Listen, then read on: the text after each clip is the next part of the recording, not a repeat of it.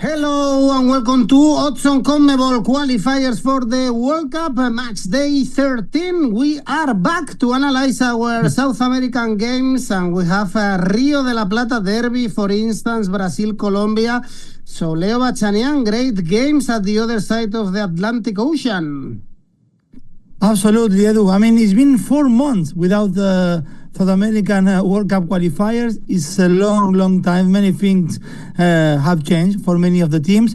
But this match day 13, wow, what a games. Argentina, Uruguay, Argentina, Brazil, Colombia, Paraguay at home, trying to get closer to the World Cup. So really looking forward.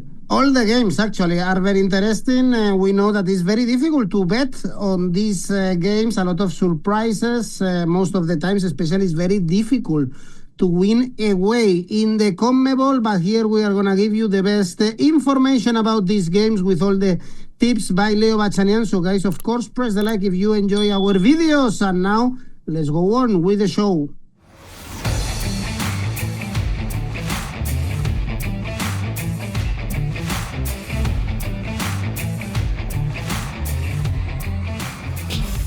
First game, Leo, is Paraguay-Chile. You mentioned how important is this game for Paraguay, but also, of course, for Chile. Yeah. Paraguay is the last team to be directly qualified to the World Cup in this moment, 6th in the standings with 17 points. And the truth is that they were great lately, especially at home. Look at the names. They beat Argentina, Venezuela, or Brazil, even the point against Bolivia in the very last minute, scored by 𝐬𝐿𝐵𝐻, was a positive result. It's kind of the opposite for Chile. They are almost out of the World Cup, despite the good news of beating Venezuela 4-2. In the last game, they are playing Ecuador next. So if Chile want to have any options, they have to win or get a positive result in Asunción. Edu, within these 2 match days for Chile, Paraguay and Ecuador is at least they need to go home with 3 points. Otherwise, it is game over for Chile. And Paraguay has been the best team in the last 6 match days, winning 3, drawing 3. 2 of those 3 wins you mentioned, Brazil and Argentina in Asunción. When Alfaro took the 𝗷𝗲𝗏𝗏, they have 5 points after 6 matches. They now have 17, and they are in direct qualification spot. The gap with Bolivia in the playoff spot is 4 points. The 2-2 in the super altitude of 𝐜𝐴𝐴𝐵𝐻 was massive for them. The first team to take something from the 4,150 meters above the sea level. Remember, Venezuela went there and was trashed 4-0. Colombia went there and lost 1-0 and could have been even worse. As with Argentina, Paraguay conceded first with Bolivia, not only once but twice. And then 𝐬𝐭𝐚𝐲, the 𝗵𝗔𝐻 player, scored the 2-2 in the 91st minute of the game. What his first goal in this qualifier for 𝗀𝐻𝐻. The 𝗷𝗲𝗏𝗏 is providing a kind of like safe haven now for 𝗀𝐻𝐻, because he thrived with the 𝗀𝗵𝗏 at Brighton, but then with Hürzeler, he was not getting minutes. He was dealing with injuries. He decided to move to Ipswich in January, looking to play more regularly, but the context of the team he's playing does not help him. And Alfaro is that protective father figure that some players need sometimes to give the best form out of them. And he's not the only one, because Ramon Sosa is another player who is not getting minutes in Nottingham Forest. Okay, fair enough.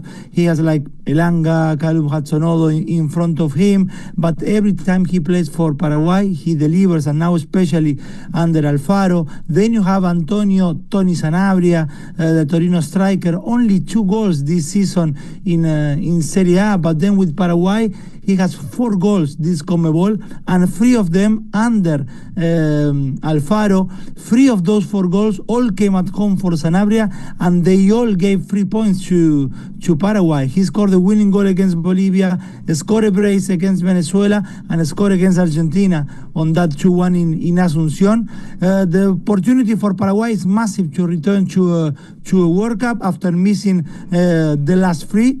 If they win their 3 home games, this is Chile, Uruguay, and Ecuador, then it's done. Even winning 2 should be enough for a playoff spot. And with Chile, they are favorites with good odds, 1.83 for 𝐿1. But they won't have their captain, Gustavo Gomez, with an injury. That is a massive blow for them. There's not going to be Diego Gomez as well in midfield, who's been great for Alfaro and Paraguay, scoring that winning goal against Brazil, because Diego Gomez saw a red card against Bolivia. And November for Chile, Edu, was quite good. 0-0 derby, drawing the derby away with Peru, then winning 4-2 against Venezuela in Santiago in the first half. It was crazy. 1-0 down, then 2-1 down, and then they went winning 3-2 after the break. Lucas Cepeda, the Colo-Colo forward, had a stellar game in his first start for La Albirroja, scoring a brace. Of course, all the eyes are on Arturo Vidal, as they were in November. After all the mocking towards Gareca, King Arturo is rolling back the ears. He always does it. He won the championship with the Colo-Colo last year. After that, he had a meeting, a 1-1 with the Gareca. Chile needed leadership, and he provided that, and he was man of the match against Venezuela. And the future for Chile now depends on these 2 games. It's difficult to predict sometimes these CONMEBOL qualifiers, and when we have like 4 months gap in between games, probably even a little bit more, because sometimes the form that the teams are carrying could become irrelevant, because players who are in great shape in November might not be the case in March, or players getting injured. No one is expecting a goal feast here. Too many nerves and plenty at stake. I'm thinking of a very cagey first half in which Chile could compete. Goals market is going to be, of course, under for this game. So I'm going to take a combined route here. A first half double chance Chile. I'm not saying they're going to win the game or they're going to draw the game, but the first half going to the break with a draw, that could easily happen, because again, it's going to be a nervy and cagey game. So my take is a first half double chance Chile plus goals under 2.5. These 2 combined odds of 2.35, Edu. Okay, you would expect a goalless draw, for instance, at halftime, and you will win your bet. That would be very likely. Imagine if the bookies expect a low scoring affair. Under 2.5 goals, Leo, is only 1.58. So we shouldn't expect many goals, with Paraguay is the lowing scoring team in these CONMEBOL qualifiers, together with Ecuador. 8 goals scored, 7 conceded, so an overall of 15 goals only in their games. Next one, Brazil-Colombia. Great game, this one in the Garrincha Stadium in Brasilia, with Ecuador, with Colombia, with 1 point more than Brazil. And unfortunately, we are not going to see Neymar. He was called, but he picked up an injury. Endrick is going to replace Neymar, but of course the eyes are on Rafinha, Rodrigo and Vinicius. Barcelona and Real Madrid players will lead this Brazil. 2 draws and 1 defeat in the last 3 games at home, Leo, so they are not solid. Imagine that they drew with Uruguay and even with Venezuela. Colombia, on the other hand, they lost to Ecuador and to Uruguay in the last break, and we are going to see many players, 4 players actually, playing in the Colombian league, which is unusual. Yes, and this is a massive game, Edu, and probably for Néstor Lorenzo to have those 4 players playing in the Brasileirão could be an advantage, but we will see. Brazil, as you mentioned, finishing 2024 with those 2 draws with Uruguay and Venezuela. I mean, we perceive a kind of recovery in October. Remember when they went away in Santiago and then they trashed Peru at home, but it was a very short one. In this context, 5th place, 18 points. The one who enjoyed the break for sure was 𝗀𝗲𝗿𝗲𝗀 Jr., because that meant that no one was talking about him. but the rumors could return straight away of him getting sacked if he doesn't get the result with Colombia, and will be difficult for him to survive if he loses both games with Colombia and then with Argentina in Buenos Aires. It's a real shame not to have Neymar for this double round of fixtures. He's playing well with Santos. He's returning. He has the joy back on his face, and we will see. Hendrik was the one named to replace him, but he's not as well, or he's not enjoying a great first season in Europe. But anyway, of course, he's talented and very, very young. The forward line for Brazil includes Savinho, Vinicius, 𝗂𝗏𝗏𝗀. Wow, what a talent, 𝗂𝗏𝗏𝗀, guys. Rodrigo, Mateus Cunha, who is carrying Wolverhampton in his shoulder, João Pedro excelling with Brighton, and of course, the man of the moment for Brazil is Rafinha. 25 goals between La Liga and Champions League. And look, how long could be 4 months in this qualifier, sometimes when we have this gap, because in September, October, when Botafogo was leading the Brasileirao and was reaching the latest stages of the Copa Libertadores, which in the end they won, Dorival Jr. was calling Igor Jesus and Luis Enrique, and they both scored against Chile to win 2-1 in Santiago, and now they are not even in the radar for Dorival, but the manager will have two players who are for sure arriving in such high morale, like Bruno Guimaraes and Joelinton, both winning the League Cup last night in Wembley with Newcastle. Other midfielders include Andre, who's having a good season with Wolverhampton. Probably when you look at defense, especially left back with just Guilherme Arana, the Atlético Mineiro player, the only one available, the picture is different for Brazil. And Colombia is arriving hungry to change the face of the last two games with those two consecutive defeats. The Mané Garrincha Stadium gives them or provides them with good memories. Remember in 2014 in the World Cup in Brazil, they won in that stadium 2-1 against Ivory Coast, and the ones to score on that game were James Rodriguez and Juanfer Quintero, and they both are now still in the squad, which shows you the longevity of these two players and how important they are for Colombian football. James is in a very good time now in León, in the Liga MX in Mexico. He's playing regularly, which is the most important for him. He's been involved in 6 of the 15 goals Colombia has scored so far, 4 assists and 2 goals for him. I would say that the best Colombian player at the moment is Daniel Muñoz, the Crystal Palace midfielder. I can't see him staying after the summer in South London. John Duran is in the squad, now playing in Saudi Arabia. Lucho Diaz, of course, as well, but not having the great form of the season at the moment. Lucho in the last 2 or 3 months. They played in the Copa America. The game finished 1-1 with Muñoz and Rafinha scoring, but there were plenty of chances. That game should have had at least 2 or 3 more goals.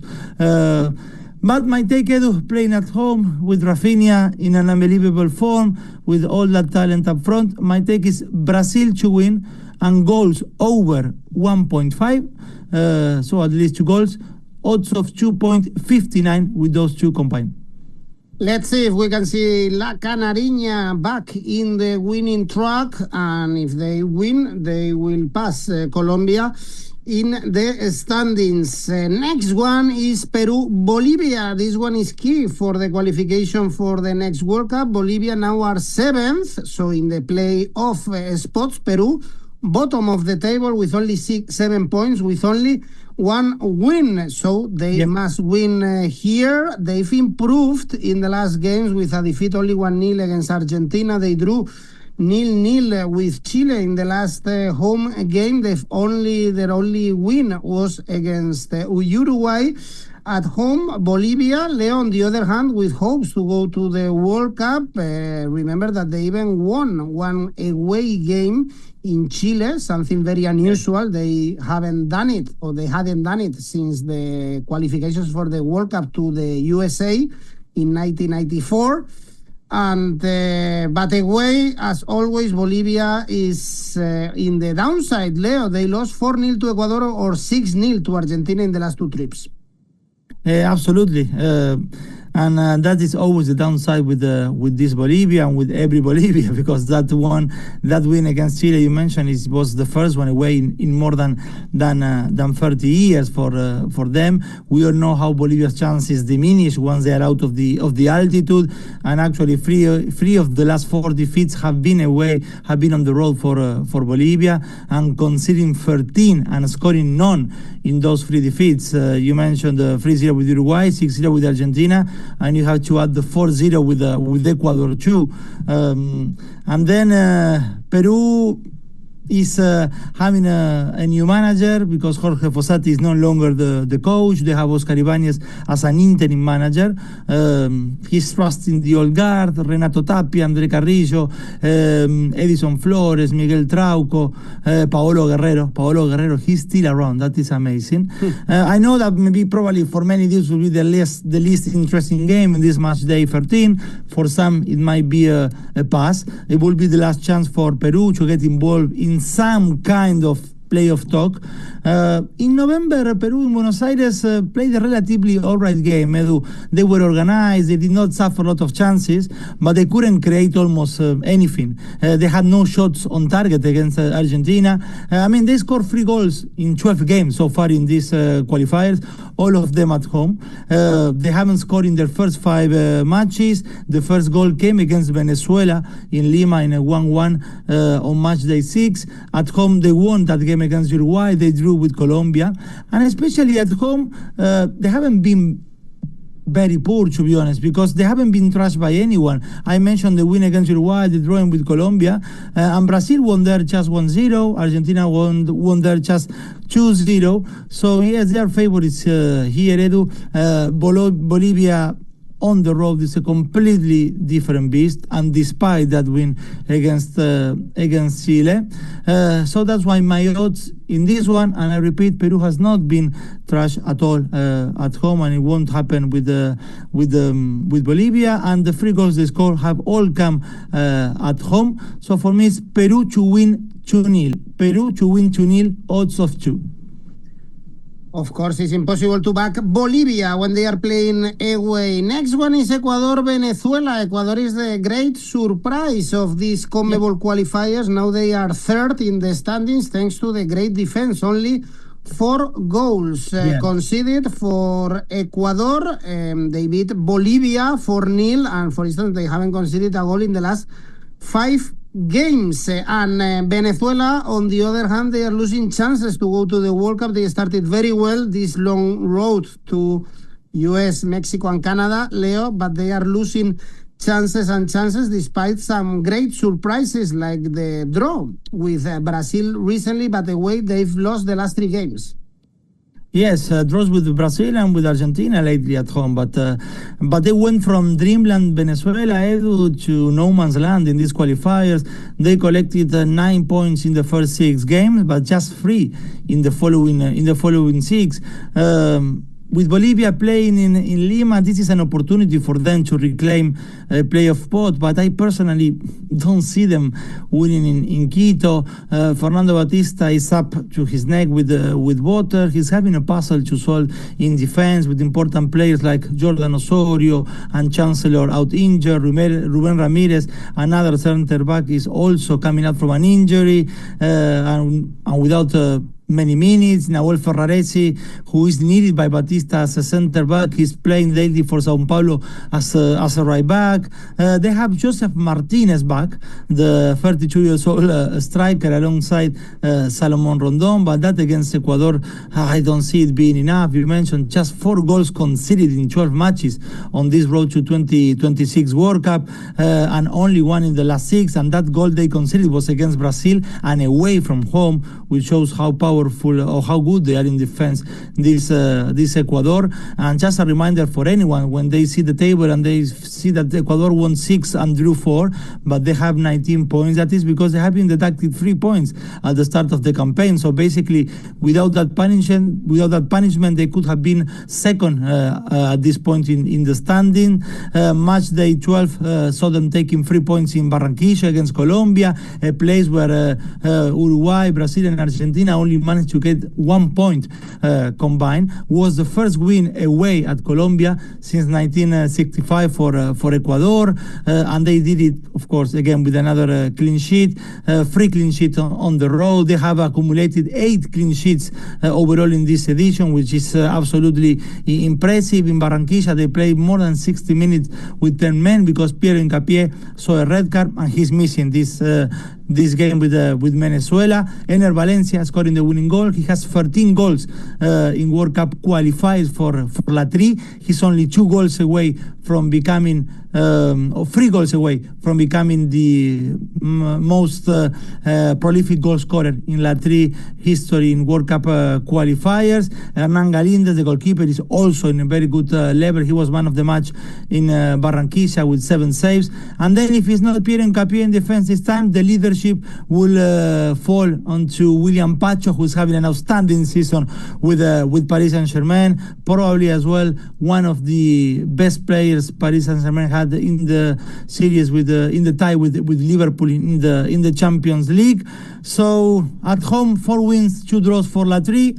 Might take here Ecuador Asian handicap -1, odds of 1.77. All right, great job by Ecuador. If they win, well, even if they lose, they have 1 foot in the World Cup. And the last game, perhaps the best one, to world champions, Uruguay, Argentina. Great game. Uruguay second in the standings. Great job done by Bielsa so far. Remember that they were able to beat Argentina in Buenos Aires, drew with Brazil in the last game with Valverde scoring. Valverde playing everything with Real Madrid, very tired for this game. Also, they beat Colombia in the last home game. Argentina, on the other hand, Leo, beat Peru 1-0, lost to Paraguay 2-1, and no wins away since that victory in Brazilian soil, losing to Paraguay and Colombia and drawing with Venezuela, something unusual, let's say, for this Argentina. Yes, and there are many changes for Argentina. I don't know if many, but we're going to be seeing new faces and a little bit of a look into the future for Argentina. I would say that, like with Uruguay, at least in the last November and October, with all the troubles that Uruguay had, especially outside of the pitch, with all the talks of Luis Suarez, about Marcelo Bielsa, which these 4 months provided as well a good time for Bielsa, because again, now no one is talking about what Luis Suarez said last year. And Argentina, the win against Peru in November was very, very poor, to be honest. And there are players who are not arriving in a great physical and footballing shape. Emi Martinez is, of course, in the quarterfinals of the Champions League with Aston Villa, but lately he had few knocks, missing some games in the Premier League. Molina, the right back, not playing in Atletico as regularly as before. Lisandro Martinez, of course, injured and out for the remaining of the season. Romero just came back from 3 months out injured and still looks a little bit rusty, although yesterday against Fulham probably he played his best of the last 3 games since returning from injury. Pesela has been relegated in the picking order in River Plate in Argentina. Otamendi is getting closer to retire from the 𝗀𝗏𝗀𝗀, more than to play a huge role in 2026. Garnacho has not been called up this time. He was in the pre-list, but in the end he didn't make the cut. Yesterday he scored, but very nice to Scaloni. Edu, it's true that Garnacho's season has been like the Manchester United one, not a great one really, but I thought that he could have been very useful in Montevideo, because Argentina is going to give the initiative to Uruguay, and he could have been a good player, a good option to exploit spaces. I told you about the look into the future, because Argentina is having Santi Castro, Benjamín Domínguez. I talk to you about those players a lot when we do the Serie A shows, both playing for Bologna. Maxi Perrone, the Como midfielder, is also in the squad alongside his teammate 𝗍𝗏𝗏𝗀𝗏. Finally, Dybala is fit to travel with Argentina. Julián and Lautaro are both scoring. We still have not so not so young player, which I believe everyone knows a little bit about him, Lionel Messi, who scored a beauty yesterday against Atlanta in the MLS.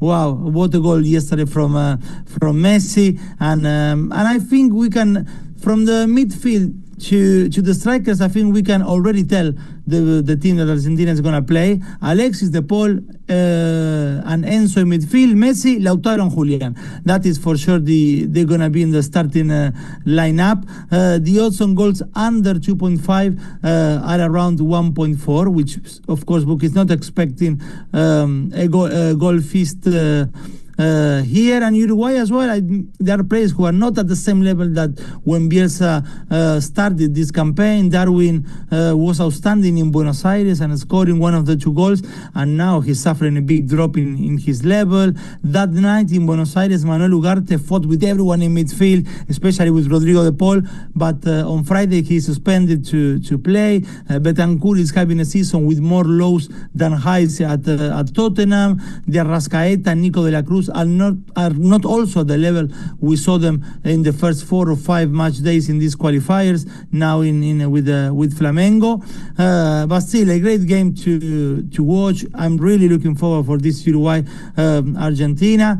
But again, if he's gonna open up this game, I expecting this game to open up in the second half. That is why my take reflects a little bit the parity of the bookies. First half draw for this Uruguay-Argentina. First half draw, odds of 1.91, Edu. Do we have Leo 𝗷𝗵𝗏𝗧 on the squad? Yes. That's what I'm saying. I'm so happy that finally he's healthy. Not saying that we don't get the call of Roma saying he's injured, he cannot travel. No, he's fit. Yesterday he played almost half an hour against Cagliari, coming in for 𝗵𝗏𝗧𝗀. So far as we talk, 𝗵𝗏𝗏 is traveling to Buenos Aires. Happy to see 𝗏𝗏𝗏𝗏 back. Always very unlucky with the injuries, especially when the time comes to defend the albiceleste. Well, great games, especially this derby, the Rio de la Plata, 2 cities just separated by the river La Plata. So, Leo, I'm sure we are going to see a great show, a great game between Uruguay and Argentina, with Bielsa always in the spotlight. Well, guys, remember that even if we are in this international break, you can post your tips in Oddspedia and participate in our tipster competitions. And of course, also you can create your own tipster competition, for instance, about the CONMEBOL qualifiers with your friends, thanks to rivals. Leo, let's go with your safe bet. Brazil-Colombia, goals over 1.5, odds of 1.44. And tell me your ACCA. I'm using the safe bet, Brazil-Colombia, goals over 1.5, Ecuador-Venezuela, goals over 2.5, and Uruguay-Argentina, first half draw, very, very healthy odds, 6.05. That means very high odds with Leo Bachanian. Leo, thank you very much. Let's enjoy CONMEBOL Qualifiers. See you next week. Bye-bye.